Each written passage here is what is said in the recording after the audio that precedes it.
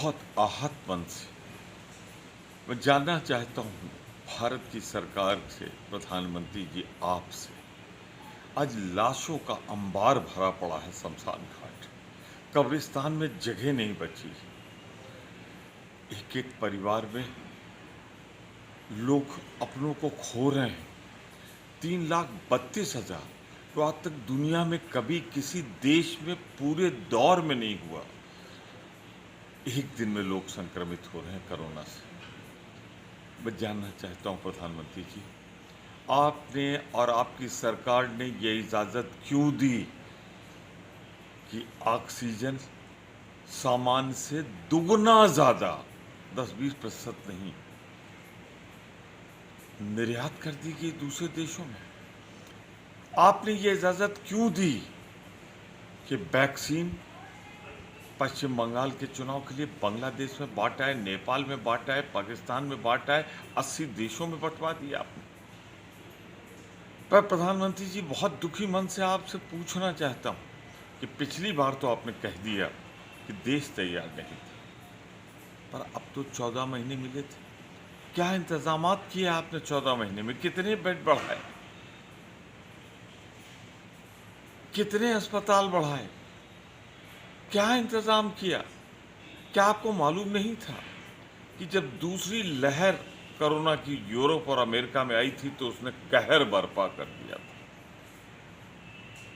यहां भी वैज्ञानिकों ने चेतावनी दी थी कि आएगी तो बहुत घातक होगी। हमें जवाब चाहिए प्रधानमंत्री जी। अब ये मत कह दीजिएगा कि अभी आबादी के हिसाब से प्रतिशत कम है। अरे अब भी तो खोलिए भारत सरकार के खजाने, जो हमारा है, देशवासियों का जिस पर हक है, और दीजिए 7,500 रुपये हर गरीब आदमी को, जिससे वो घर में कैद हो जाए, रहे, मजदूरी के लिए बाहर न निकले। वही सबसे ज़्यादा मौका है। अरे जवानों को दीजिए बेरोजगारी भत्ता, जिससे सबसे ज़्यादा वही शिकार हो रहा है, हमारा युवा भारत। प्रधानमंत्री जी, रहम कीजिए इस देश पे, वैज्ञानिकों से सलाह लीजिए, चिकित्सकों से सलाह लीजिए। आप अपना भाषण जब देते हैं 20-20 मिनट, तो ये बताइए आप और आपकी सरकार क्या कर रही है। अब ये देना बंद करिए कि हमें क्या करना है, देशवासियों को क्या करना है। जो कुछ भी है देश की संपदा, देश का खजाना, उस पर हर भारतवासी का हक है। आज राष्ट्रीय आपातकाल हो गया है, ऐसा सुप्रीम कोर्ट कह रहा है।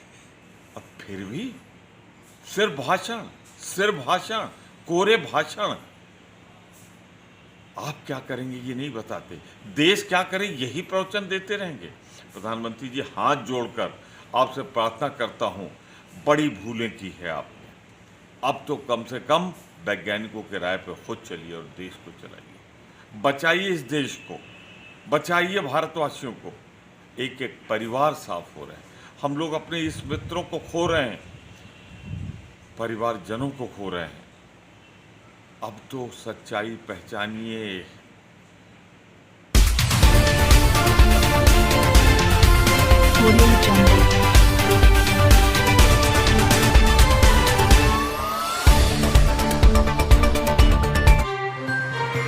आप देख रहे हैं लाइव न्यूज़ 24/7। आप खुश हैं, आप